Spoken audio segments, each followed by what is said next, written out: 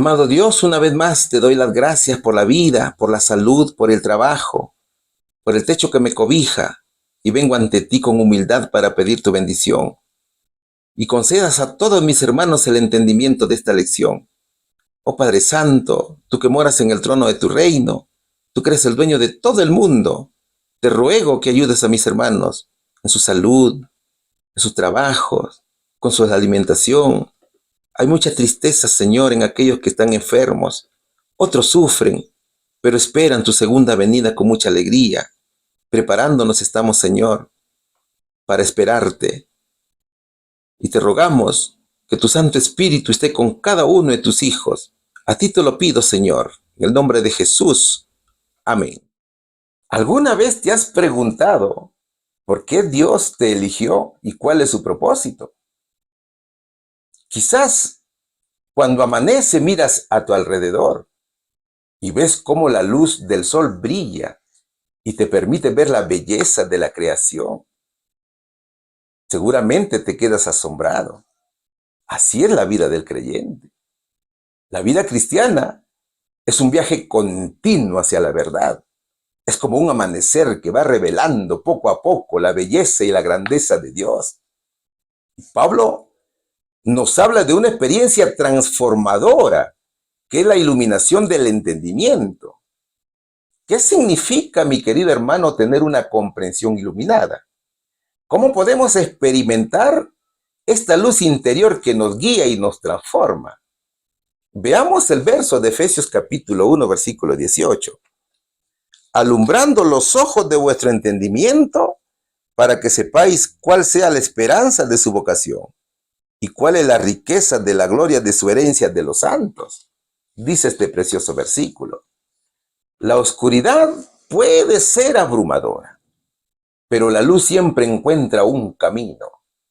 El tema nos invita a experimentar una comprensión iluminada, una luz interior que disipa las sombras de la duda y nos revela la grandeza de Dios.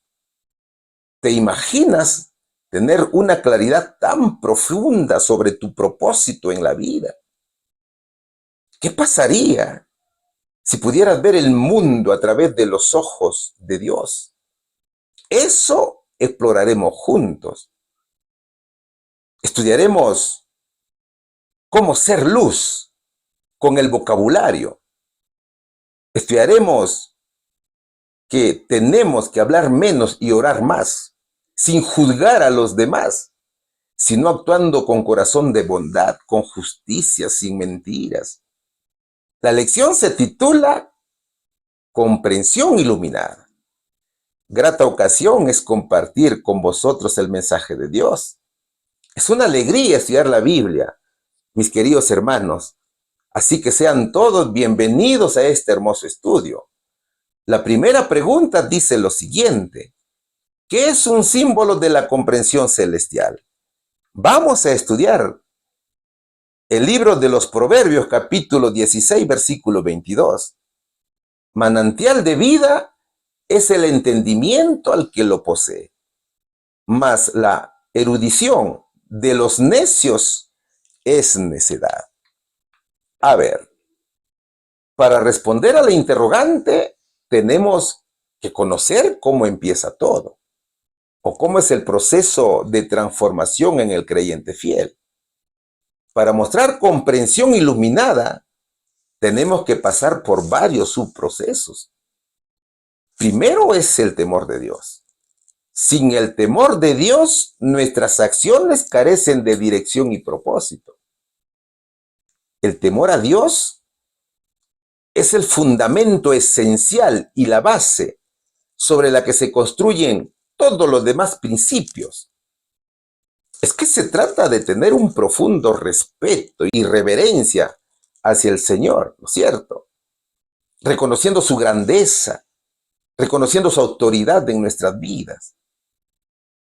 Es visto como el principio de la sabiduría y el fundamento de una vida espiritual genuina que impulsa a las personas a vivir con integridad y propósito. ¿Y cómo lo sabemos? Porque así lo dice Proverbios capítulo 9, versículo 10. El temor del Señor es el principio de la sabiduría. Cuando hay temor a Dios, viene el don del conocimiento, que se refiere a la información obtenida a través de la lectura de la Biblia y la percepción de la verdad sobre Dios, su voluntad y su creación. El conocimiento, aunque está íntimamente ligado a la sabiduría, se enfoca principalmente en la adquisición de información precisa y correcta. Es por eso que Proverbios capítulo 1, versículo 7 de la Nueva Traducción Viviente de la Biblia dice: el temor del Señor es la base del verdadero conocimiento, pero los necios desprecian la sabiduría y la disciplina. Con el temor de Dios y el conocimiento, somos bendecidos con el entendimiento, que también es un don, y es la capacidad de discernir y aplicar la sabiduría de una manera efectiva. El entendimiento es primordial para interpretar y aplicar la sabiduría a situaciones específicas. El entendimiento, mi hermano, es el responsable de captar el significado profundo de las cosas. Por ejemplo, en Proverbios capítulo 2, versículos del 2 al 6, se nos dice que el entendimiento es una parte integral del proceso de adquirir sabiduría. Si inclinas tu oído a la sabiduría y a la inteligencia, das tu corazón. Si clamas a la inteligencia y a la prudencia, das tu voz, dicen estos versos. ¿Qué será la comprensión? La comprensión, mi hermano, también es un don. Con el temor de Dios, el conocimiento y el entendimiento, alcanzamos una verdadera comprensión. Esta comprensión se define como la capacidad de captar el significado profundo de las cosas y entender cómo se relacionan entre sí. Por ejemplo, considera el océano. El océano es vasto y profundo, ¿no es cierto? Supera cualquier intento de medir su extensión en anchura, en longitud, en profundidad, en altura. De manera similar, el amor de Dios es infinito y trasciende nuestra comprensión, revelándose en su inmensidad y profundidad, mucho más allá de lo que podemos medir o entender. Ahora, pon atención aquí. Estos elementos están interrelacionados y se fortalecen mutuamente en la búsqueda de una vida guiada por principios divinos y justos. ¿Qué dijo nuestro Señor Jesucristo al respecto? Dijo algo muy bonito. En Juan capítulo 6, versículo 63. Vamos a leerlo en la Nueva Traducción Viviente de la Biblia. El Espíritu da vida, la carne no vale nada. Las palabras que les he hablado son espíritu y son vida, dice el Señor Jesucristo. Entonces, por medio de estas bendiciones, alcanzamos el don más importante. ¿Cuál es el don más importante? Es la sabiduría, ¿no es cierto? Todo es parte de un proceso ordenado, ya que Dios, mi hermano, es un Dios de orden, es un Dios de coherencia. La sabiduría, ¿qué será entonces? La sabiduría es el don más elevado que integra y perfecciona a los demás dones. Se convierte en una habilidad práctica y moral para vivir de manera justa, ayudando a tomar decisiones acertadas, basadas en un profundo conocimiento de lo que es recto y bueno. De esta manera, la sabiduría guía al creyente por el camino correcto y en armonía con los principios divinos. Proverbios capítulo 4, versículo 7, también en la Nueva Traducción Viviente de la Biblia dice: adquirir sabiduría es lo más sabio que puedes hacer. Y en todo lo demás que hagas, desarrolla buen juicio. Eso es lo que dice este precioso verso. Ventajosa, mi hermano, es la sabiduría, porque da vida a sus poseedores, ¿no es cierto? Entonces, jerárquicamente hablando, la sabiduría es el don más alto que recibimos de Dios y se convierte en un símbolo de la comprensión celestial. Recuerda que esta sabiduría y comprensión se obtienen al convivir en comunión con Dios. Proverbios capítulo 3, versículo 18 dice, ella es árbol de vida para quienes la abrazan. Dichosos los que la retienen, dice el verso. Qué bonito, mi querido hermano. Todo es por la palabra de Dios. Y con su palabra, el Señor llamó a los mundos a la existencia. Su palabra no solo imparte poder, sino que también engendra vida. Y cada mandato divino es una promesa. Y cuando es aceptado por la voluntad y recibida en el alma, infunde la vida del ser infinito. Esta palabra transforma la naturaleza y vuelve a crear el alma a imagen de Dios. De igual manera, la vida que es impartida de esta forma se mantiene y sostiene en su presencia. Entonces, es por esta palabra que vive el hombre. Y eso lo dijo el mismo Señor Jesucristo cuando fue tentado por Satanás. ¿Qué dijo el Señor? Escrito está, no solo de pan vive el hombre, sino de toda palabra que sale de la boca de Dios. En Mateo capítulo 4, versículo 4. ¿Te das cuenta, mi querido hermano, cómo trabaja el Señor? Cuando alcanzamos la sabiduría, dependes totalmente de Dios y vives de acuerdo a la voluntad de Dios. Por ejemplo, imagina a una persona que enfrenta una gran dificultad o una gran prueba en su vida, como una enfermedad o una crisis personal. Claro, aunque lo físico, como la comida, es necesario para la supervivencia. Así, el sustento espiritual es igualmente crucial. Entonces, esta persona encuentra consuelo y fortaleza, no solo en el apoyo material y emocional, sino también en las promesas y enseñanzas de la Escritura.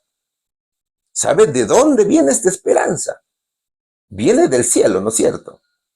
La palabra de Dios le da esperanza, dirección y paz en medio de su situación difícil, demostrando que la vida espiritual y emocional es tan esencial como las necesidades físicas, es decir, el ser completo. Acuérdate del profeta Elías. Aquí hay un gran ejemplo. Elías vivía de toda palabra que sale de la boca de Dios, porque seguía estrictamente sus instrucciones, a pesar de las dificultades. Entonces, el profeta, en lugar de depender de sus propios recursos o de la abundancia material, él confía en la provisión divina y en la dirección que recibe de Dios. Su obediencia demuestra entonces que confía en la palabra de Dios para su sustento y dirección. ¿Y qué nos enseña este ejemplo? Nos enseña que la vida no se basa solo en las necesidades físicas, sino en la obediencia y la provisión de la palabra divina. El profeta Elías no se acordó del alimento físico cuando escapaba de la persecución de Jezabel, ¿no es cierto? ¿Quién le proveyó alimento físico? Fue Dios. ¿Por medio de quién? Primero por medio de un ángel, como lo dice Primera de Reyes capítulo 19, versículo 6. Y luego por medio de los cuervos, cuando Dios le ordenó que se escondiera en el arroyo de Querit. Así lo escribe Primera de Reyes capítulo 17. Así que, mi querido hermano y mi querida hermana, con la sabiduría alcanzas grandes bendiciones. Lo único que tenemos que hacer es temer a Dios y guardar sus mandamientos. ¿Cuál sería, mi hermano, la respuesta de esta interrogante? ¿Qué es un símbolo de la comprensión celestial? Es la sabiduría, ¿no es cierto? Pregunta número 2. ¿Qué nos dice la pregunta número 2? Estamos estudiando la lección que lleva por título Comprensión iluminada. Es la lección número 15. ¿Qué dos principios divinos se combinan en la verdadera comprensión? Vamos a estudiar Proverbios capítulo 19, versículo 8. El que posee entendimiento ama su alma. El que guarda la inteligencia hallará el bien. ¿Qué es la inteligencia? La inteligencia es un don. La inteligencia es vista en la Biblia como un don divino, una bendición otorgada por Dios. Es un atributo que nos distingue de los animales, permitiéndonos comprender el mundo que nos rodea y profundizar nuestra relación con Dios. Este don nos capacita para discernir, para tomar decisiones sabias y vivir de acuerdo con los principios divinos. La inteligencia es la capacidad de entender o comprender, de razonar o de relacionar ideas, así como para resolver problemas, aprender de las experiencias o pensar de forma abstracta en distintos campos. La inteligencia es conocimiento, es la habilidad, es la destreza, es la experiencia. Ahora, ¿qué significa este proverbio? El proverbio tiene un mensaje sobre la importancia de la sabiduría y el conocimiento en la vida del creyente. Y vamos a ver cómo se divide este verso.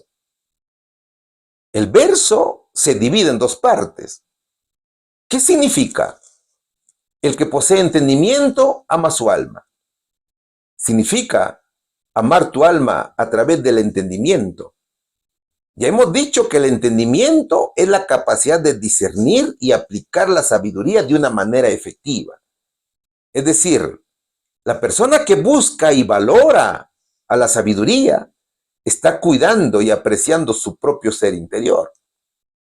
Te lo digo en otras palabras, el entendimiento profundo y la reflexión son formas de cuidar tu bienestar físico y tu vida espiritual. Es decir, todo el ser, ¿no es cierto? Es por eso que dice toda el alma. Es que el ser humano es un alma viviente. Así lo dice Génesis capítulo 2, versículo 7 de la Biblia Reina Valera versión antigua. Formó pues Jehová Dios al hombre del polvo de la tierra y alentó en su nariz soplo de vida y fue el hombre en alma viviente, dice esta versión de la Biblia. Mire, mi amigo, una persona con buen juicio valora su vida. Acuérdate del rey Salomón, cuando pidió sabiduría para gobernar. La verdadera sabiduría no solo es tener conocimiento, no, sino que es usarlo de manera sabia para tomar buenas decisiones. Al valorar su vida, así como lo hizo Salomón, estás buscando justicia. Salomón, al valorar su vida, él buscaba justicia y comprensión. Entonces, es allí donde la persona protege su bienestar físico, emocional y espiritual. ¿Qué dice la segunda parte del verso? El que guarda la inteligencia hallará el bien, dice, ¿no es cierto? Significa que preservar y poner en práctica la sabiduría y el conocimiento no solo contribuye a una vida bien vivida, sino que también abre el camino a la prosperidad y el bienestar.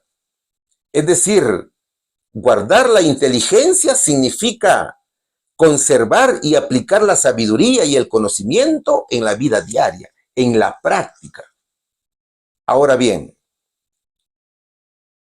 esto, mi querido hermano, no solamente lleva a una vida plena y bien vivida, sino que también abre el camino hacia la prosperidad y al bienestar.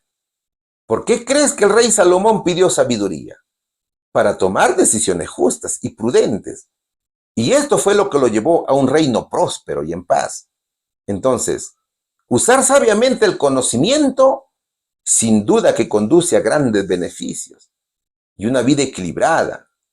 Hermano mío, ¿cuán importante es preservar y cultivar la inteligencia? La inteligencia no solamente se refiere a la capacidad de aprender y recordar, también se refiere a la habilidad de pensar de manera lógica, de resolver problemas, de tomar decisiones acertadas.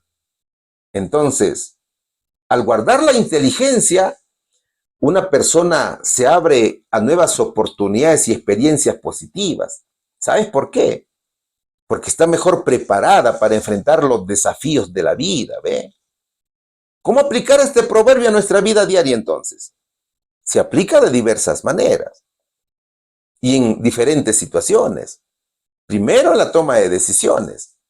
Al enfrentar decisiones importantes, es crucial evaluar todas las opciones y considerar sus consecuencias, tanto a corto como a largo plazo. Por ejemplo, mira, cuando Moisés tuvo que decidir si liderar al pueblo de Israel fuera de Egipto, no creas que solamente consideró el impacto inmediato de la liberación. Eso no fue así. Moisés también consideró los desafíos futuros en el desierto. Entonces, el entendimiento y la inteligencia nos guían para elegir el camino más adecuado, asegurando que nuestras decisiones sean beneficiosas en el tiempo. Moisés era una persona consagrada, ¿no es cierto? Y eso es la religión que desea Jesús para mi vida. Esto es la verdadera religión de Jesús. Religión significa hacer una consagración diaria de uno mismo a Dios. Significa mansedumbre y humildad de corazón. Significa tomar todo lo que te llega como una bendición. Dejar que la alabanza fluya de regreso a Dios, dice nuestra hermana Elena G. de White. Todo es obra del Espíritu Santo. Todo es vivir en santidad. Es vivir en comunión con Dios. ¿Qué nos pide? ¿Y qué nos promete el Señor? Salmos capítulo 50, versículo 23 dice: el que me ofrece su gratitud, me honra. Al que enmiende su conducta, le mostraré mi salvación. Qué hermoso este verso, hermanos. Es un bello salmo. ¿En qué otro aspecto se muestra la sabiduría? En las relaciones interpersonales. En este punto, la sabiduría como comprensión iluminada nos lleva a entender a los demás y también nos lleva a construir relaciones sólidas y duraderas, basadas en el respeto y la empatía. ¿Cuál es el ejemplo aquí? El ejemplo es Pablo. El apóstol Pablo, en sus cartas, enseñaba a las primeras comunidades cristianas a amarse y a respetarse mutuamente, ¿no es cierto? A pesar de sus diferencias. Esta comprensión y empatía fue la que fortaleció las relaciones entre los creyentes de la iglesia y promovió una comunidad unida. Entonces, si aplicamos la sabiduría en nuestras relaciones con el prójimo, nos permitirá establecer vínculos profundos y duraderos que nos conllevarán a vivir en unidad. ¿Qué más? También mejoraremos en nuestro desarrollo personal. Querido hermano, el aprendizaje continuo y la búsqueda de nuevos conocimientos son la clave para nuestro crecimiento personal y para alcanzar nuestro máximo potencial. ¿Y sabe quién hizo esto? Fue el rey Salomón. Salomón pidió a Dios sabiduría y comprensión para gobernar con justicia, ¿no es cierto? ¿Cuál era su objetivo? Su deseo era aprender y su apertura al conocimiento. No solamente estos elementos le permitieron gobernar con sabiduría, no, sino que también lo hicieron famoso por su gran entendimiento. Es por eso que se llama el sabio rey Salomón. También de manera similar en nuestras vidas, tenemos siempre que mantener una actitud de aprendizaje. Jamás debemos pensar que ya lo sabemos todo, porque eso es caer en arrogancia, ¿no es cierto? Entonces, la actitud de aprendizaje constante nos ayuda a desarrollarnos plenamente y a lograr nuestros objetivos. Y como siempre te repito, mi hermano, Todo es pedido a Dios en el nombre de Jesús.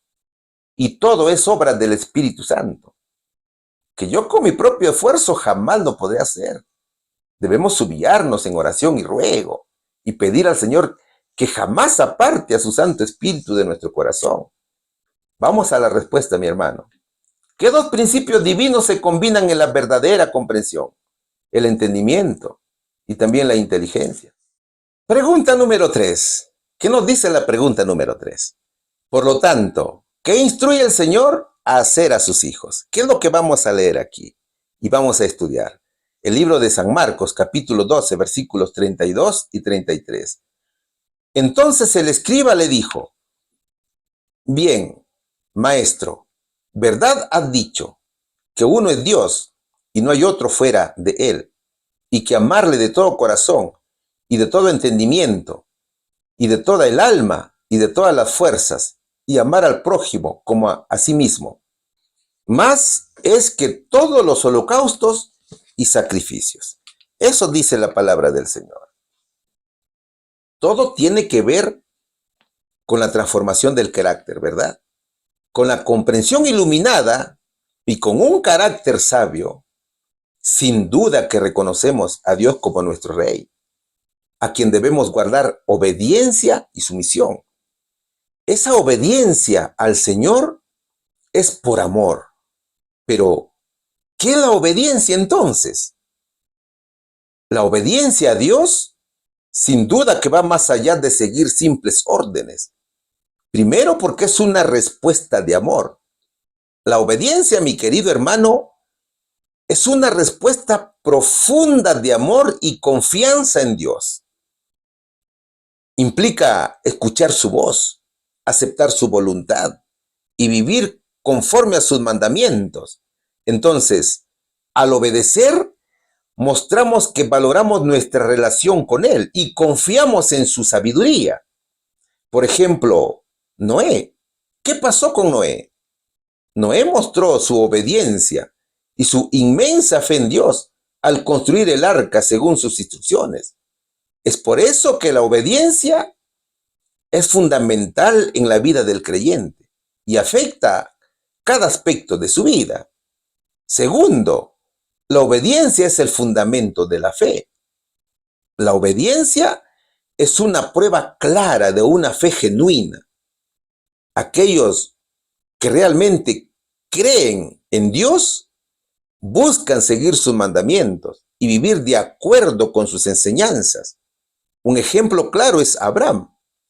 Abraham mostró su fe genuina cuando obedeció a Dios al estar dispuesto a sacrificar a su hijo Isaac, demostrando que confiaba plenamente en los planes y propósitos divinos. De esa manera, la obediencia refleja una fe auténtica y comprometida con Dios. Tercero, la obediencia es camino a la bendición. Dios promete bendiciones a aquellos que obedecen sus mandamientos y advierte las consecuencias para quienes se rebelan contra Él. Por ejemplo, en Deuteronomio 28, Dios promete prosperidad y protección a los israelitas si siguen sus leyes, mientras que advierte de dificultades y calamidades si desobedecen, ¿no es cierto?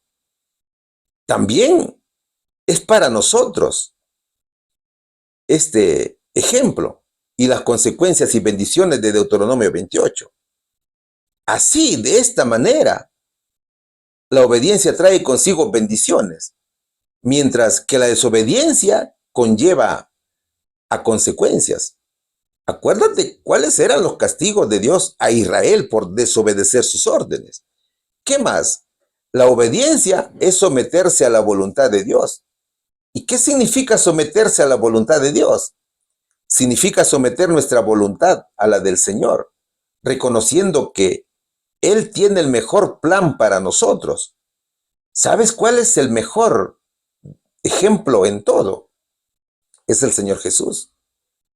Cristo, a pesar de su sufrimiento inminente, confió en el plan de Dios y se sometió a su voluntad, mostrándonos cómo la obediencia verdadera implica confiar plenamente en la sabiduría divina. El Señor demostró gran obediencia en el jardín de Getsemaní, cuando oró y dijo: Padre, si quieres, pasa de mí esta copa, pero no se haga mi voluntad sino la tuya, como lo escribió en Lucas capítulo 22, versículo 42. ¿Qué más será la obediencia? La obediencia también es fruto del Espíritu Santo. La obediencia es un fruto, es un don del Espíritu Santo que crece en la vida de los creyentes a medida que profundizan su relación con Dios. Por ejemplo, en Gálatas capítulo 5, versículos 22 y 23, se menciona que los frutos del Espíritu Santo son muy característicos, como la bondad y la felicidad, ¿no es cierto?, que se manifiestan en la obediencia a los mandatos de Dios. Entonces, a medida que el creyente se acerca más a Dios y permite que el Espíritu Santo guíe sus vidas, la obediencia se convierte en una expresión natural de su fe. Ahora, ¿cómo se manifiesta la obediencia en nuestra vida diaria? Leamos los versos de Marcos, capítulo 12, versículos 32 y 33. Entonces el escriba le dijo: Bien, maestro, verdad has dicho, que uno es Dios y no hay otro fuera de él, y que amarle de todo corazón y de todo entendimiento y de toda el alma y de todas las fuerzas, y amar al prójimo como a sí mismo, más es que todos los holocaustos y sacrificios. Eso dice el versículo. El verso presenta tres aspectos a tener en cuenta. Primero, hay un reconocimiento a la unicidad de Dios. El escriba confirma la enseñanza de Jesús sobre la unidad de Dios, diciendo que uno es Dios y no hay otro fuera de él. Este es un reconocimiento de que solo hay un Dios verdadero, en contraste con las ideas de muchos dioses que existen en las culturas circundantes. El verso dice que Dios es uno. Nuestra divinidad es unidad, ¿cierto? Padre, Hijo y Espíritu Santo. Son tres personas, cada uno con una misión dentro del plan de salvación. El Espíritu Santo en la tierra, Jesús como intercesor en el santuario celestial y Dios Padre nuestro gran juez. El verso también habla de dos grandes mandamientos, que son el resumen de los 10 mandamientos de la ley de Dios. El primero es: amarás al Señor tu Dios con todo tu corazón y con toda tu alma y con toda tu mente, como lo dice Mateo capítulo 22, versículo 37. El verso habla de un todo, ¿no es cierto?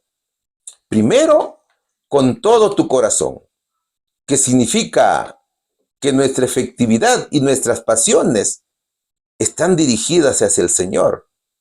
Es un amor genuino, que no está condicionado ni dividido. El amor hacia Dios debe ser auténtico y provenir del interior, como lo dice 1 Samuel capítulo 16, versículo 7, última parte. Pues el hombre mira lo que está delante de sus ojos, pero Jehová mira el corazón. ¿Qué más? El verso también dice con toda tu alma, que se refiere a un compromiso completo que abarca nuestra identidad y nuestro ser completo. Es decir, que es un amor integral, cuerpo, alma y espíritu.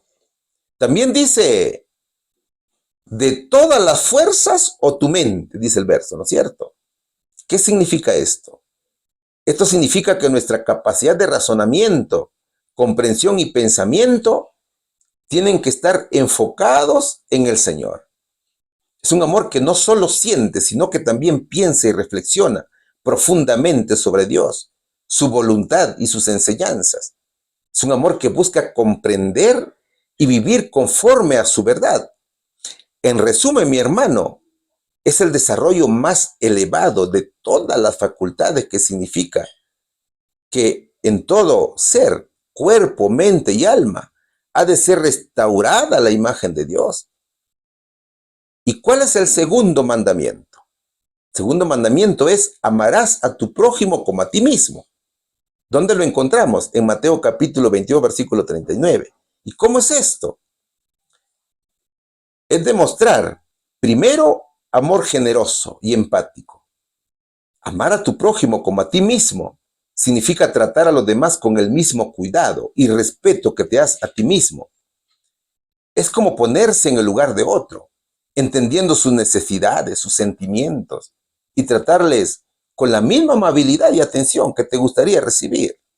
Acuérdate de la parábola del buen samaritano, en la cual Jesús ilustra este amor al mostrar cómo un samaritano que era considerado un enemigo por los judíos ayuda a un hombre herido de manera desinteresada y compasiva. El samaritano actúa con amor hacia su prójimo, sin esperar nada a cambio, reflejando el amor que uno debería tener por los demás. Segundo, amor al prójimo es el reflejo del amor propio, que nos enseña que este amor, cuando es fuerte, sirve como guía para amar a los demás. Es decir, significa que debes cuidar de ti mismo de manera justa y equilibrada, y luego ofrecer el mismo tipo de cuidado y atención a los demás. No se trata de ser egoísta aquí, no, sino que se trata de encontrar un equilibrio entre tu propio bienestar y el bienestar de quienes te rodean. Bien lo decía Pablo en Efesios capítulo 5, versículo 29. Nadie ha odiado jamás a su propio cuerpo. Al contrario, lo alimenta y lo cuida, así como Cristo hace con la iglesia. También, mi hermano, el amor al prójimo es un principio de justicia y equidad. ¿Qué significa esto? Amar al prójimo como a ti mismo significa también ser justo, ser equitativo en tus relaciones con los demás. Es un llamado a actuar con honestidad y a tratar a todos de manera justa, sin favoritismo ni injusticias. En Mateo capítulo 7, versículo 12, hay un principio de oro que enseñó el Señor Jesucristo. ¿Qué dice este verso? Así que en todo traten ustedes a los demás tal y como quieren que ellos los traten a ustedes. De hecho, esto es la ley y los profetas. Eso enseñaba el Señor Jesús. Así que hay que aplicar el mismo estándar que deseas para ti mismo en tus interacciones con los demás. Ahora, los versos propuestos también hablan que todo esto tiene superioridad sobre los sacrificios. Es decir, más que todos los holocaustos y sacrificios, dice el verso, ¿no es cierto? Es el amor a Dios y amor al prójimo, el amor verdadero hacia Dios y hacia los demás, que es más importante que los rituales y prácticas religiosas externas. Por ejemplo, en tiempos de Jesús, los sacrificios eran una parte central en la adoración judía, solo que no servían de nada, sino iban acompañados de un amor genuino y obediente. Esos ritos se habían convertido en algo rutinario y la gente adoraba más el templo físico que a Dios. Ellos eran celosos con el templo de Jerusalén, pero a Dios lo dejaban de lado. Entonces, Dios es amor, Dios es la ley, Dios es el centro del creyente, ¿no es cierto? Y la hermana White lo dice con mucha claridad. La ley de amor requiere la dedicación del cuerpo, la mente y el alma al servicio de Dios y de nuestros semejantes. Llegamos a participar cada vez más plenamente de la naturaleza divina. Somos preparados para el cielo porque lo recibimos en nuestro corazón. Ahora, ¿cómo se manifiesta la obediencia en la vida del creyente? ¿Sabes cómo? En la oración, al dedicar tiempo a la oración. Aquí estamos obedeciendo el mandato de buscar a Dios. Luego, tenemos que estudiar la Biblia. Al leer y meditar la palabra de Dios, estamos alimentando nuestra fe y aprendiendo a obedecer sus mandamientos. A continuación, tenemos el servicio a los demás. Al servir a los demás, estamos siguiendo el ejemplo de Jesús y demostrando nuestro amor por Dios. Después, tenemos una hermosa lección que es perdonar a los demás. Al perdonar, estamos obedeciendo también el mandato de Jesús de amarnos los unos a los otros. Hermano querido, los 10 mandamientos de la ley de Dios no se guardan para salvarse, no, sino por amor a Dios y porque ya somos salvos. Y eso es lo que muchas veces otras denominaciones no entienden, ¿no es cierto? Muchos desobedecen la ley de Dios porque dicen que ya no están vigentes, pero no se dan cuenta que la ley se guarda por amor y porque ya somos salvos y aceptamos a Jesús como Rey y Señor. ¿Cuál sería la respuesta aquí? Por lo tanto, ¿qué instruye el Señor a hacer a sus hijos? Obedecer los 10 mandamientos de la ley de Dios. Pregunta número 4. ¿Qué transformación ocurre en cada seguidor de Dios? Vamos a leer el libro de los Romanos capítulo 12, versículo 2. Y no os conforméis a este siglo, mas reformaos por la renovación de vuestro entendimiento, para que experimentéis cuál sea la buena voluntad de Dios, agradable y perfecta, dice el Señor. No basta con querer cambiar un solo mal comportamiento o conducta de nuestra vida. La transformación del carácter es integral. Y Pablo exhorta a los creyentes de fe a evitar las normas de la sociedad secular, sus tradiciones, sus costumbres, sus creencias. En cambio, aconseja a buscar una transformación interna que les permita vivir de acuerdo con la voluntad de Dios. Eso significa una repetición de actos que se establecen en los hábitos y se confirma en el carácter. Dicho en otras palabras, hay que imitar la vida de nuestro Señor Jesucristo. Para tener un carácter semejante al de Cristo, es necesario actuar como lo hacía Cristo. Los cristianos mostrarán un carácter santo y sus acciones e impulsos serán motivados por el Espíritu Santo, dice nuestra hermana Elena G. de White. Ya dijimos que todo creyente de fe debe transformar su vida de una manera integral, cuerpo, alma y espíritu, ¿no es cierto? En el cuerpo, cambiando la forma de vida con acciones físicas, como la reforma pro salud, la alimentación, el vestido, el cuidado del cuerpo, el vocabulario, etc.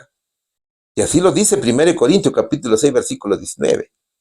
En el alma es transformar los pensamientos, amor, alegría, paz, paciencia, amabilidad, bondad, fidelidad, humildad y dominio propio. En el espíritu, con el conocimiento, con oraciones, ayunos, ruegos, con el estudio de la palabra de Dios, haciendo su voluntad para salvar almas para el reino de Dios. Así lo escribe Salmos capítulo 19, versículo 7. Veamos el verso propuesto en la lección, pero en la nueva traducción viviente de la Biblia. ¿Qué dice allí Romanos capítulo 12, versículo 2? No imiten las conductas ni las costumbres de este mundo, más bien dejen que Dios los transforme en personas nuevas al cambiarle la manera de pensar. Entonces aprenderán a conocer la voluntad de Dios para ustedes, la cual es buena, agradable y perfecta. Pablo nos instruye a dejar de lado, olvidar y alejarnos de los principios y comportamientos predominantes en la sociedad actual, que a menudo son corruptos y contrarios a los principios divinos. En lugar de conformarnos con las normas y actitudes que predominan en nuestro entorno, que pueden alejarnos de la voluntad de Dios, se nos invita a permitir que Dios realice una transformación profunda en nuestra manera de pensar. Este proceso de cambio debe ser guiado por el Espíritu Santo, quien renovará nuestro entendimiento y nos permitirá vivir conforme a la voluntad santa de Dios. Una voluntad que es buena, agradable y perfecta. Entonces, al someternos a esta renovación, seremos capacitados para discernir y abrazar los principios divinos, viviendo una vida que refleja la verdadera esencia del propósito de Dios y que el Señor tiene para con nosotros. Y esto es muy bonito, ¿verdad, hermanos? Según Pablo, ¿qué cosas no debemos imitar?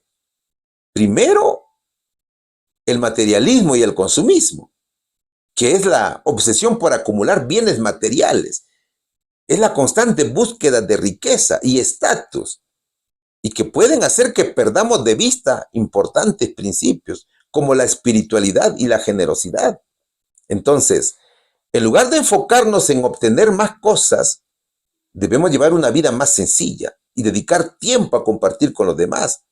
Por ejemplo, si nos dedicamos únicamente a trabajar para comprarnos una casa grande y lujosa o un carro de última generación, podemos olvidarnos de disfrutar momentos hermosos y significativos con la familia, con los hermanos, con los amigos. Mira, una persona que valora la simplicidad puede elegir una casa más modesta, pero acogedora, y usar su tiempo libre para ayudar a su comunidad, y usar su tiempo libre para ayudar al prójimo, y pasar tiempo de calidad con sus seres queridos, ¿no es cierto? Segundo, en la carrera y estatus. Muchas veces estamos buscando ascensos en la carrera profesional para obtener un estatus más alto y un sueldo más elevado.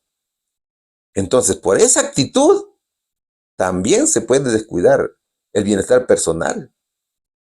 En cambio, si alguien que prioriza la generosidad podría dedicar parte de su tiempo libre para apoyar causas importantes, va a encontrar satisfacción en contribuir el bienestar de los demás. ¿Qué otra tarea nos exhorta Pablo a abandonar? Las conductas egoístas. Eso significa dejar de priorizar nuestros propios deseos y necesidades por encima de los demás. Fíjate, en la sociedad actual se nos anima a priorizar nuestros propios intereses y deseos, pero eso va en contra de los principios de Dios y las enseñanzas de Jesús, que nos llaman a amar al prójimo, a servir a los demás. Por ejemplo, supongamos que tienes una oportunidad de ascenso en tu trabajo, que implica muchas horas extras y un buen salario.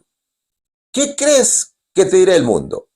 El mundo te va a decir, vamos, aprovecha esta oportunidad para que avances en tu carrera y para que asegures tu futuro.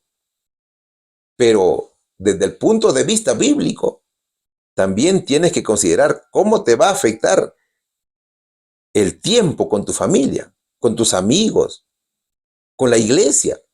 Entonces, en lugar de enfocarte solo en tus propios beneficios, puedes buscar un equilibrio que te permita seguir apoyando a quienes te rodean. De esa manera se reflejan en ti los principios de amor y servicio que enseña la palabra de Dios. Pablo también dice que debemos abandonar la falta de integridad y honestidad. A veces no somos honestos. Nos falta integridad, ¿no es cierto?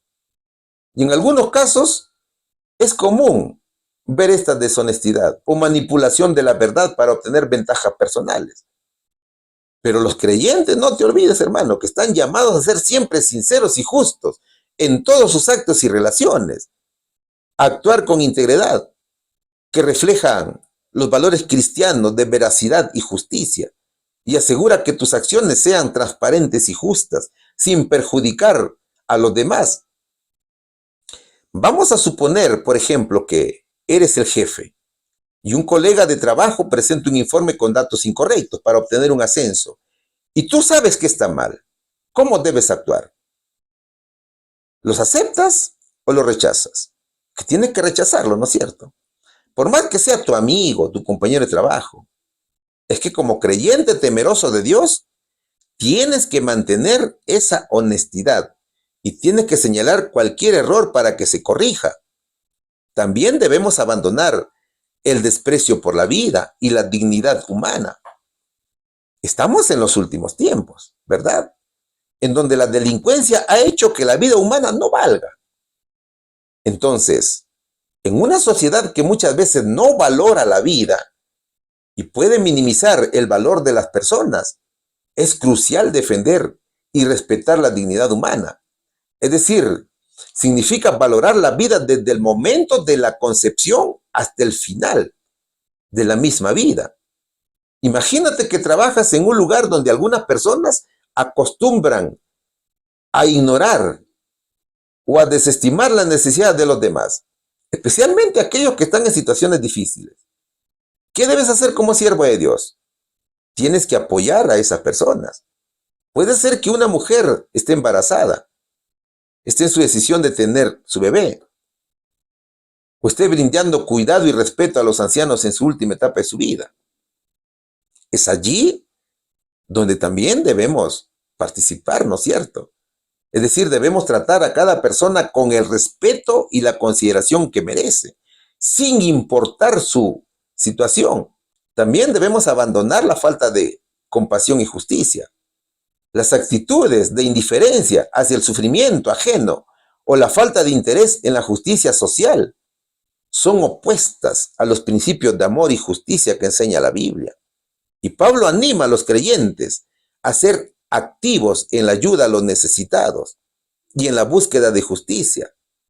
¿Qué pasaría si en tu congregación, en tu iglesia, hay hermanos que viven en crisis y no tienen hogar ni trabajo? ¿Te quedarías mirando o actuarías? Mientras algunos pueden ignorar el problema o pensar que no es su responsabilidad, la Biblia nos enseña a actuar con compasión y con justicia. Entonces, siguiendo el consejo de Pablo, tenemos que involucrarnos, mis hermanos, para ofrecer refugio y comida a los necesitados. Tenemos que ser hospitalarios o tenemos que interceder por políticas que ayuden a mejorar la situación de las personas sin hogar. También debemos abandonar los comportamientos inmorales. Debemos evitar comportamientos indignos que la Biblia desaprueba. Por ejemplo, algunas conductas sexuales inapropiadas o relaciones deshonestas. El cohecho, por ejemplo. Es que estas acciones no están acorde con la vida que Dios nos llama a vivir.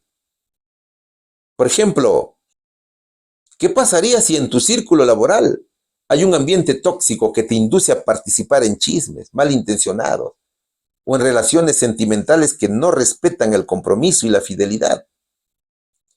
¿Qué harías como siervo de Dios?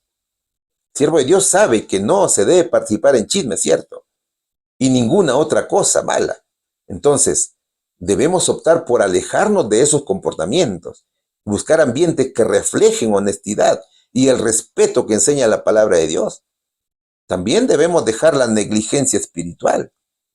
Hoy en día se ha vuelto común que las personas minimicen la importancia de la vida espiritual y practicar la fe. Esto puede llevarnos a descuidar la oración, el estudio de la Biblia y la participación en la iglesia. Eso afecta, mi hermano, nuestra relación con Dios. Imagínate que debido al horario de trabajo, paras muy ocupado, por tanto, no tienes tiempo para orar o leer la Biblia. ¿Qué pasaría en ese caso contigo? Te enfriaría, ¿no es cierto? Te desanimas. Finalmente, terminas yéndote de la iglesia.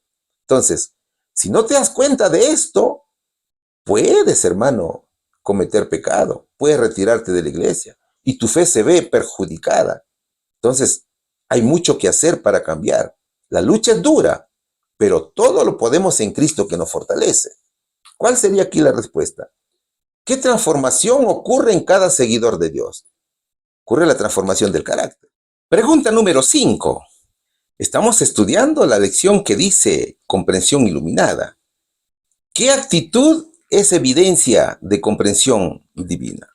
Vamos a estudiar el libro de los Proverbios, capítulo 11, versículo 12, que dice lo siguiente: el que carece de entendimiento menosprecia a su prójimo, mas el hombre prudente calla. Eso es lo que nos dice el verso. A ver, el verso destaca dos actitudes diferentes. Primero, la del hombre que carece de entendimiento y menosprecia a los demás. Segundo, la del hombre prudente que elige guardar silencio. ¿Qué nos dice el primer aspecto? Que dice actitud de quien carece de entendimiento. Esto es un menosprecio hacia el prójimo. Esta actitud refleja una falta de empatía y comprensión hacia los sentimientos y circunstancias de los demás. Al despreciar a alguien, se muestra desdén y falta de respeto, y se evidencia una falta de verdadera comprensión y amor hacia el prójimo. Aquellas personas que carecen de entendimiento, juicio, suelen menospreciar a los demás. Y esto puede manifestarse de diversas formas, desde comentarios hirientes hasta acciones que dañan la reputación o los sentimientos de otros, hasta el abuso. Entonces siempre debemos preguntarnos aquí, ¿cuáles son algunas de las consecuencias de despreciar a los demás? El ejemplo claro es Nabucodonosor. Este rey de Babilonia mostró menosprecio y falta de comprensión hacia los demás cuando mandó a construir una estatua de oro y ordenó que todos debían adorarla. Aquellos que no lo hicieran serían lanzados a un horno de fuego ardiente. Segundo, hay una actitud del hombre prudente que dice el verso. Esto es un silencio con prudencia, ¿no es cierto? Aquí se manifiesta la prudencia. El hombre prudente que calla muestra una actitud de sabiduría y de autocontrol, una actitud de dominio propio, porque el Espíritu Santo está morando en él, mi hermano. Entonces, en lugar de emitir juicios precipitados o hablar despectivamente de otros, elige no responder. En situaciones que podrían llevar a conflictos o a la ofensa, entonces esa actitud indica una comprensión más profunda de la importancia de la empatía, el respeto y la moderación en las relaciones. Las personas sabias son cautelosas en sus palabras. Ellas comprenden el poder de la lengua y saben que las palabras pueden construir o destruir. Por tanto, antes de hablar, piensan en las consecuencias de sus palabras y evitan hacer comentarios que puedan lastimar a otros. ¿Quién es nuestro gran ejemplo aquí? Jesús. El Señor, cuando fue llevado ante Pilato, aunque estaba siendo injustamente acusado y sabía que estaba a punto de ser crucificado, el Señor optó por guardar silencio en muchos momentos de su juicio. Su silencio no fue por falta de comprensión o falta de debilidad, sino que fue una muestra de prudencia y obediencia a la voluntad de Dios, demostrando que en algunos casos es más sabio no responder para preservar la paz y cumplir con un propósito mayor. Por eso que el verso dice, de Proverbios capítulo 11, versículo 12, el que carece de entendimiento menosprecia a su prójimo, mas el hombre prudente calla. Ahora, ¿qué aprendemos de este proverbio? Aprendemos varias cosas. Primero aprendemos la importancia del respeto. El respeto hacia los demás es fundamental para una convivencia armoniosa. Cuando despreciamos a alguien, estamos menospreciando su dignidad como persona y también deshonramos a Dios, ¿no es cierto? Acuérdate que una forma de amar a Dios es amar al prójimo. Otra enseñanza es el valor del silencio. En muchas ocasiones, el silencio es la mejor respuesta. Aprender a escuchar y a reflexionar antes de hablar es una muestra de sabiduría y de crecimiento espiritual. También el verso nos educa en la existencia de un vínculo entre la sabiduría y el control de la lengua. Las personas sabias, mi hermano, no solamente son inteligentes, sino que también saben controlar sus emociones y sus palabras. Y por supuesto que el proverbio también enseña cuáles son las consecuencias de nuestras palabras. Las palabras tienen poder para sanar o herir, para construir o destruir. Por tanto, debemos ser conscientes del impacto que nuestras palabras tienen en los demás. Entonces, mi hermano, la prudencia es evidencia de la comprensión divina. Querido hermano, solamente con el poder del Espíritu Santo podemos refrenar la lengua. Todo creyente fiel a Dios debe hablar menos y orar más. Es decir, hablar menos con el humano, pero dialogar más con su Creador, con nuestro Señor Jesucristo. Jamás, mi hermano, hablemos mal de los hermanos. El único que juzgue es Dios. Por tanto, debemos cultivar el hábito de hablar bien de los demás. Jamás permitamos que el orgullo o nuestra propia justicia evite que seamos sinceros en la confesión de nuestros malos actos. Caso contrario, no obtendremos el perdón de Dios. ¿Cuál sería la respuesta aquí, hermanos? ¿Qué actitud es evidencia de comprensión divina? Es la prudencia, mi querido hermano. Pregunta número 6.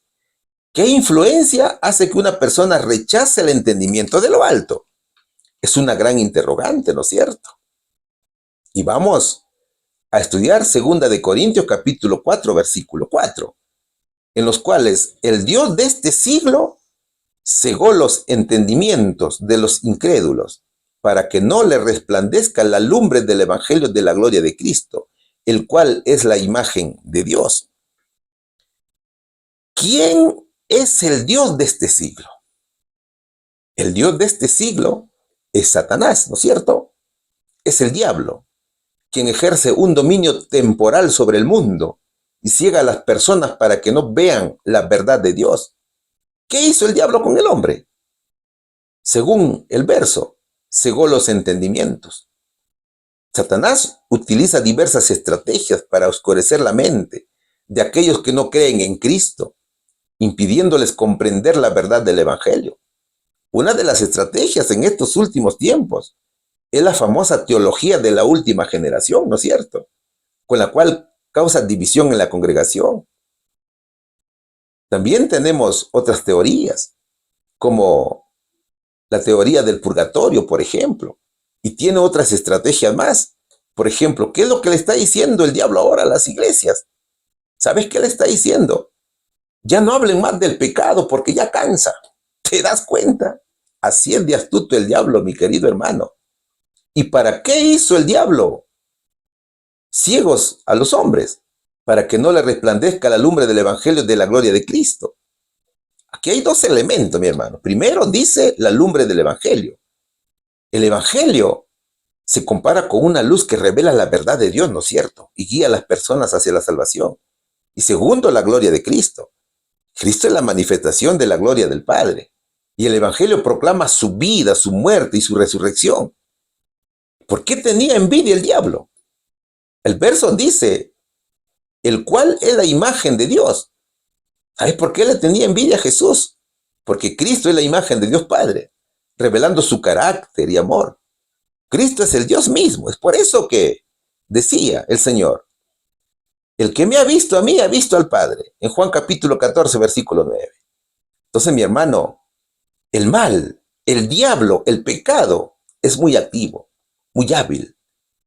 El diablo es astuto y muy estratégico para impedir que las personas conozcan a Cristo y experimenten la transformación que Él ofrece.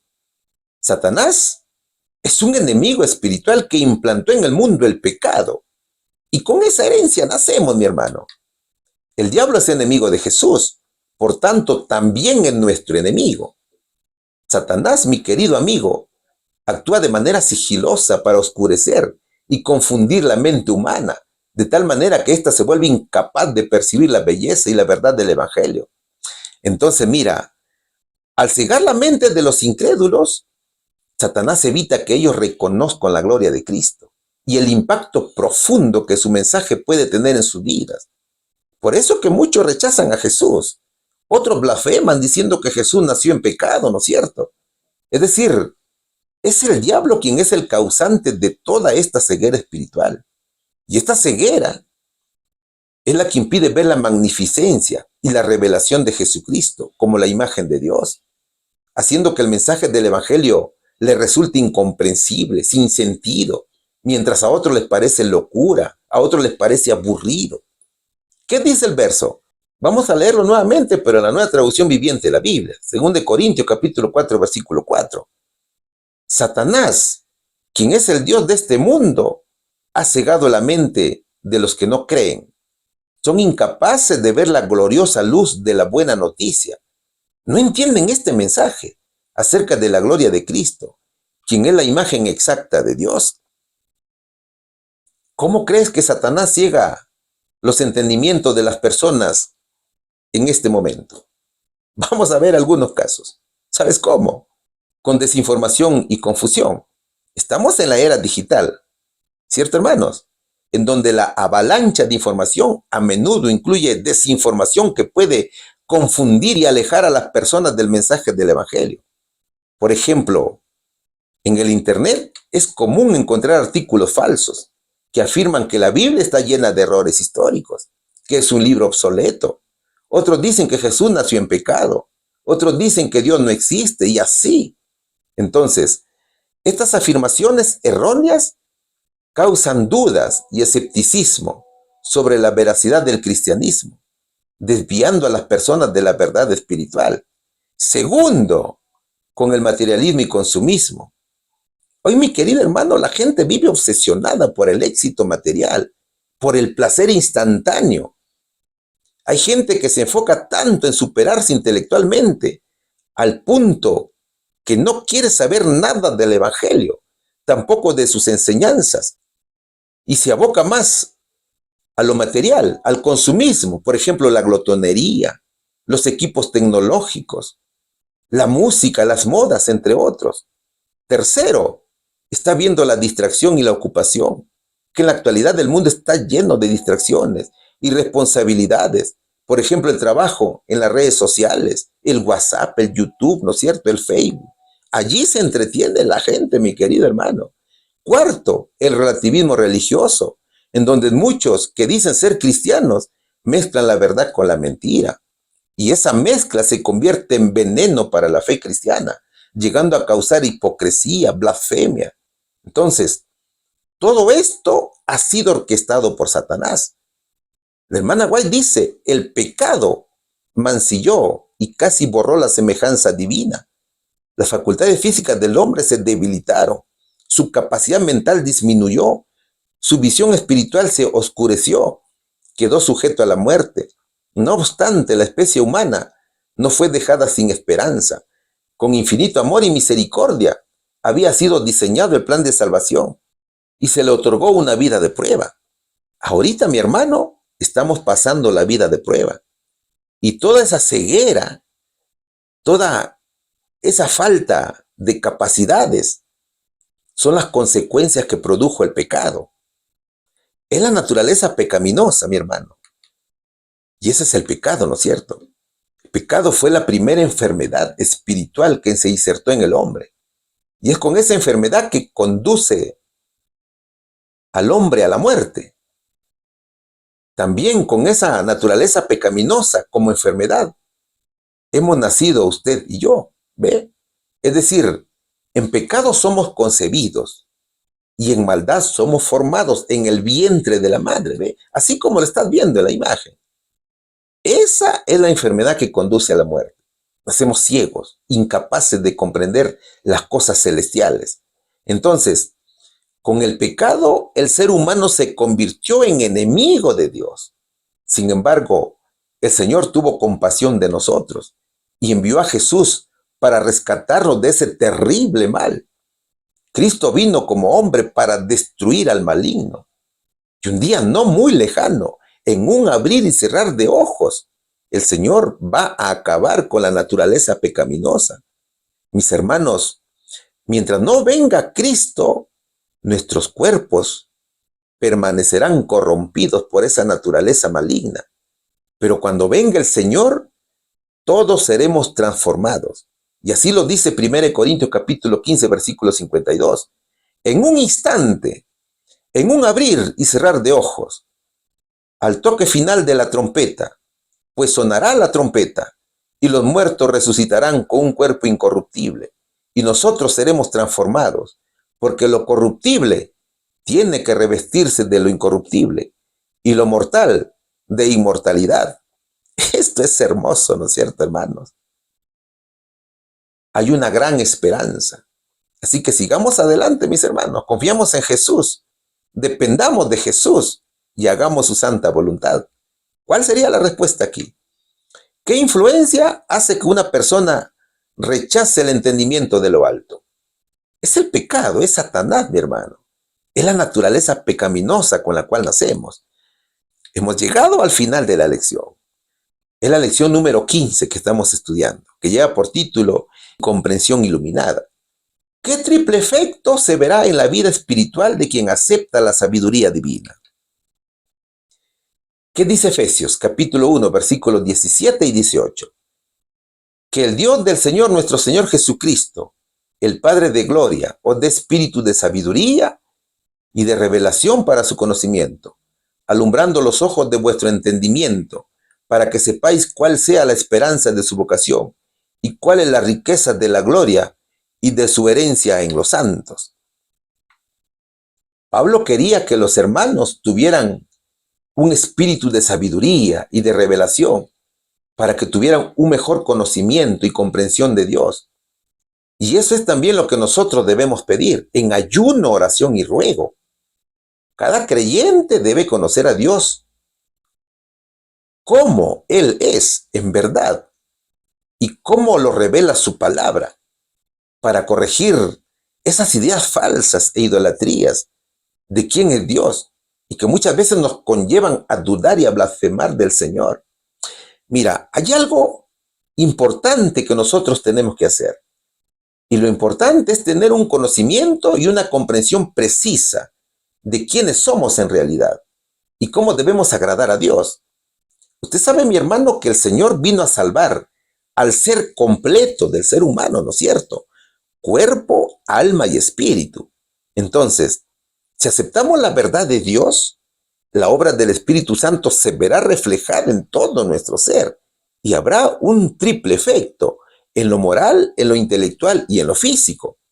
¿Qué dice el verso? Leámoslo nuevamente, pero en otra versión de la Biblia. Efesios capítulo 1, versículos 17 y 18.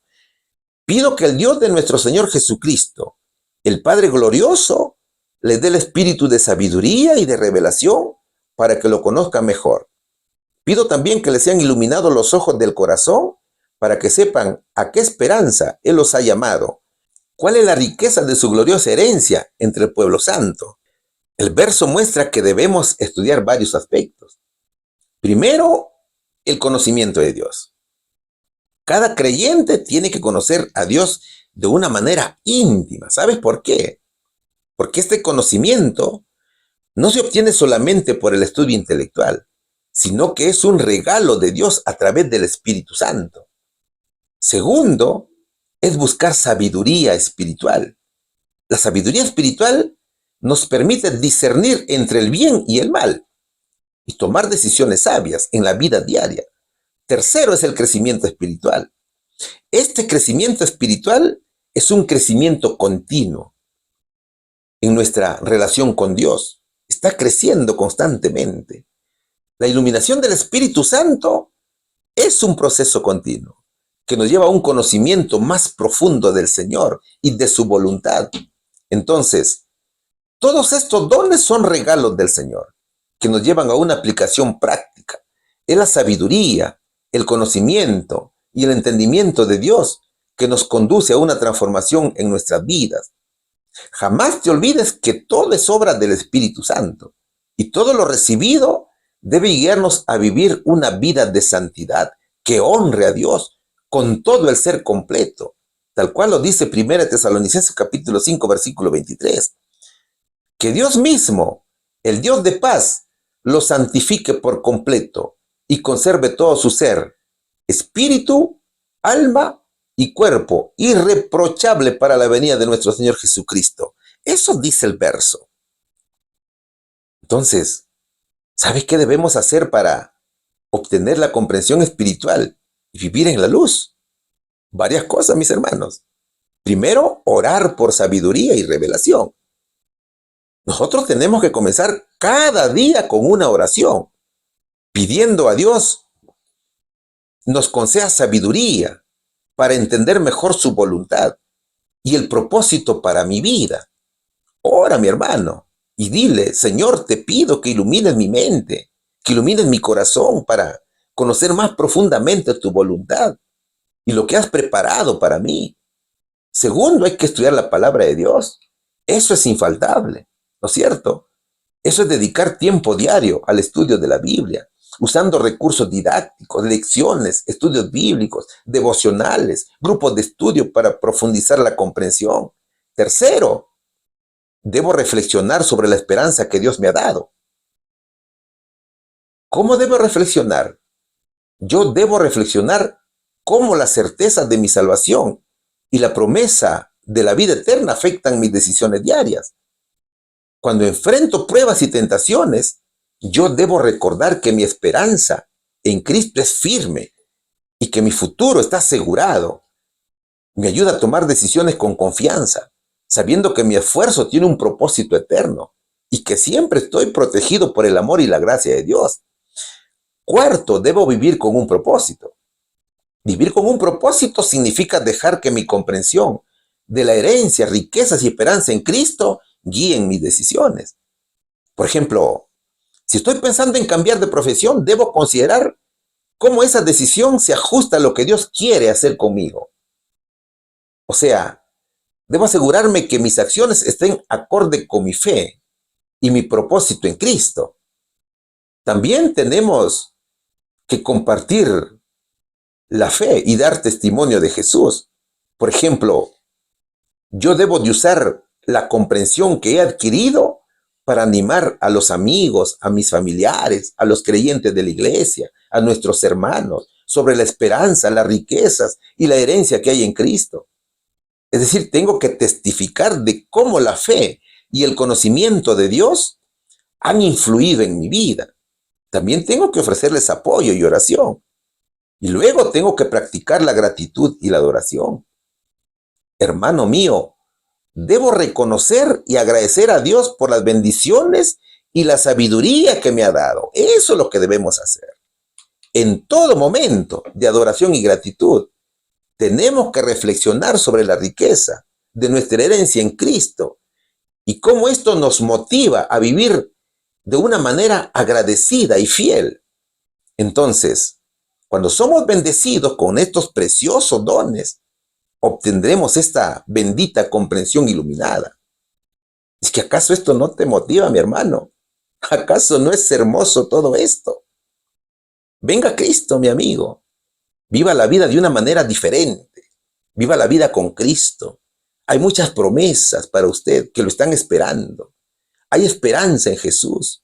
Lo único que tienes que hacer es creer, arrepentirte, confesar tus pecados, aceptar a Jesús y vivir con Él en santidad. ¿Cuál sería, hermano, la respuesta aquí? ¿Qué triple efecto se verá en la vida espiritual de quien acepta la sabiduría divina?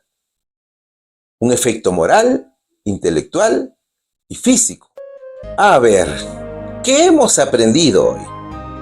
Hoy aprendimos que la comprensión iluminada es cuando Dios abre nuestros ojos espirituales para entender su voluntad y su propósito para con nosotros.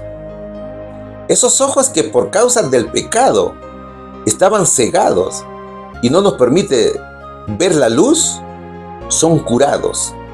Entonces podemos ver y la visión se convierte en clara y profunda de la esperanza y las bendiciones que tenemos en Cristo, lo que nos ayuda a vivir de acuerdo con su plan y a tomar decisiones con una perspectiva divina. Hermano querido, la comprensión celestial es un elemento que representa una visión espiritual más profunda de la vida y también de la realidad. La luz es un símbolo que representa claridad y guía en la comprensión de lo divino y el propósito eterno de Dios. Esta es la luz que permite al creyente ver más allá de lo material y entender mejor la voluntad y el plan de Dios. ¿Sabes? La verdadera comprensión se combina en amar la sabiduría, que es valorar y buscar el conocimiento y la guía de Dios, y también buscar el entendimiento, que es aplicar ese conocimiento para tomar decisiones sabias y vivir de manera justa. Entonces, cuando alcanzamos la sabiduría, obedecemos a Dios, no para salvarnos, sino porque ya somos salvos. Los mandamientos son delicia. El sábado se guarda con reverencia. Todo es temor a Dios y para la honra de Dios. Cada creyente fiel, mi hermano, experimenta una transformación en su forma de pensar, en su carácter, en su comportamiento, en sus conductas. Es que al renovar la mente y al aceptar vivir de acuerdo a la voluntad de Dios, es allí donde empezamos a ver las cosas de manera diferente, tomando decisiones más sabias y viviendo de acuerdo con su propósito. Querido hermano, todo el mal que vivimos es consecuencia del pecado. Fue el diablo que insertó el pecado en el mundo, y es la naturaleza pecaminosa con la cual nacemos quien vive en nosotros. Y cuando nos apartamos de Dios, empieza a manipularnos para hacernos pecar. Es el pecado quien hace que nos rebelemos contra el Señor Jesucristo y desobedezcamos. Entonces, solo nos queda rendirnos completamente a Dios para encontrar paz y alimentación espiritual en Cristo. Hermano mío, si no estamos conectados con Jesús, no experimentaremos la verdadera santidad. Jamás esperemos recibir de Dios la bendición si no venimos a Él en oración y ruego, si no venimos para adorarlo, para agradecerle. Que la gracia de nuestro Señor Jesucristo esté siempre con cada uno de vosotros. Que Dios los bendiga, mis queridos hermanos. Un abrazo a la distancia. Feliz sábado, en el nombre de Jesús. Amén. Oh amado Dios, te damos las gracias por esta lección que nos has entregado, por estos mensajes preciosos. Ayúdanos, Señor, a guardarlos en nuestra mente y en nuestro corazón. Y también ayúdanos a ponerlos en práctica. Sé tú, Padre, con nosotros. Padre Santo, somos indignos de ti, pero tú conoces nuestras debilidades y tú nos has prometido ayudarnos, Señor. Las gracias te damos, Padre. Todo rogándote en el nombre de Jesús. Amén.